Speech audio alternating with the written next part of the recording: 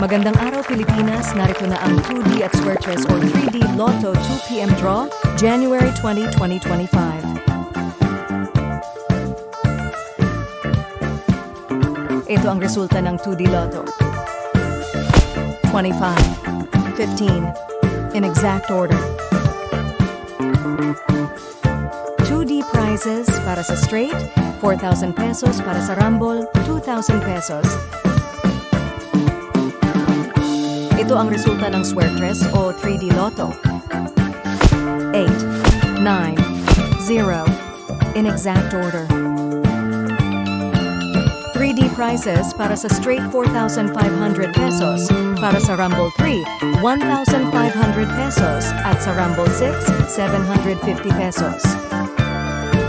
Kung ikaw ang maswerteng mananalo sa 2D o 3D, may plano ka na ba kung paano gagamitin ang pera? Please share your ideas sa comment section para maging gabay at inspirasyon sa iba.